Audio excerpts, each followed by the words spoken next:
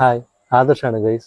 കൊച്ചിയിൽ നിന്ന് ട്രിവാൻഡ്രത്തുള്ള എൻ്റെ വീട് വരെയുള്ള ട്രാവൽ എക്സ്പീരിയൻസ് ആണ് നിങ്ങളൊന്ന് കാണാൻ പോകുന്നത്. എറണാകുളം നോർത്ത് റെയിൽവേ സ്റ്റേഷനിലാണ് ഞാനിപ്പോൾ ഉള്ളത്. ഓഫീസിലെ നൈറ്റ് ഷിഫ്റ്റ് കഴിഞ്ഞിട്ട് നേരെ ഊബർ ഓടിച്ച് റെയിൽവേ സ്റ്റേഷനിൽ വരുന്നു.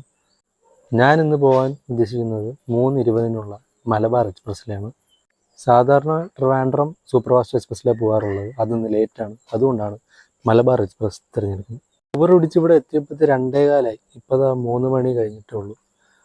3:20 അവിടെ എത്തുമ്പോൾ ഇത്രയും നേരം ഇവിടെ കൊതുകടി കൊണ്ട് സഹിച്ചിരിക്കണം. അതുകൊണ്ട് തന്നെ കൈയുടെ ഷർട്ട് ഫുൾ കൈ ഇട്ട് ചെവിയിൽ വരെ ഇയർബഡ്സ് വെച്ചിട്ട് ഇരിക്കാൻ പറ്റത്തുള്ളൂ.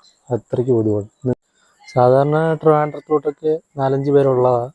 ഇന്നിപ്പോൾ എൻ്റെ കൂടെ ഒരാൾ മാത്രമേ ഉള്ളൂ. ഇവരുടെ കാര്യം കുറച്ച് കഷ്ടമാണ് ഗൈസ്. നമ്മൾ 1 മണിക്കൂർ കൊതുകടിയും കൊണ്ടിരുന്നിട്ട് അങ്ങ് പോകും. പക്ഷേ ഇവർക്ക് അടുത്ത ട്രെയിൻ വരുന്നവരെയും ഇവിടെ കിടക്കേണ്ടി വരും. ഫാൻ ഉണ്ടെന്ന് പറഞ്ഞിട്ട് ഒരു കാര്യമൊന്നുമില്ല. ഇവർക്ക് പ്രത്യേക റൂം ഉണ്ടെന്നൊക്കെ ചോദിച്ചായിരുന്നു. അങ്ങനെയൊന്നും ഡെയിലി വേജ് എംപ്ലോയീസിന് കൊടുക്കാറില്ല. സത്യത്തിൽ ഇവരൊക്കെ ഒരു റൂം ഡിസർവ് ചെയ്യുന്നില്ലേ ഗൈസ്? അങ്ങനെ മലബാർ എക്സ്പ്രസ് എത്തി ഗൈസ്. ഞാൻ കയറാൻ പോവാണ്. ഈ സമയത്ത് ട്രെയിനുകളിലെല്ലാം തിരക്കുണ്ടാവും. താഴെയും മുകളിലുമായിട്ട് എല്ലാവരും കാണും.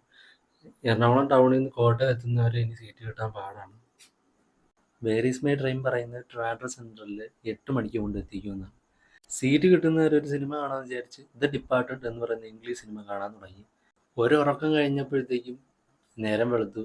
രണ്ടാമത്തെ ഉറക്കം കഴിഞ്ഞപ്പോഴത്തേക്ക് കഴക്കൂട്ടം എത്തി. കറക്റ്റ് 8 മണിയായപ്പോൾ ട്രിവാൻഡ്രം സെൻട്രലിൽ എത്തി. അവിടെ നിന്നൊരു കട്ടനും കടിയും കഴിച്ചിട്ട് നേരെ ബസ്സിൽ കയറി. ട്രിവാൻഡ്രത്ത് നിന്ന് എൻ്റെ ഹോം ടൗണായ നെടുമങ്ങാട് എത്താൻ 1 മണിക്കൂർ എടുക്കും. ഇവിടുത്തെ ആൽമരവും KSRTC ബസ് സ്റ്റാൻഡൊക്കെ തന്നെയാണ് നെടുമങ്ങാടിൻ്റെ ട്രേഡ് മാർക്ക് എന്ന് പറയുന്നത്. എൻ്റെ കുറേ അധികം മെമ്മറീസ് ഒളിഞ്ഞു കിടക്കുന്ന സ്ഥലം തന്നെയാണ് എൻ്റെ ഹോം ടൗൺ. അവിടെ നിന്ന് അടുത്ത ബസ് കയറി നേരെ എൻ്റെ വീട്ടിലേക്ക്. അങ്ങനെ വീട്ടിലെത്തി guys. It's me Adi signing of.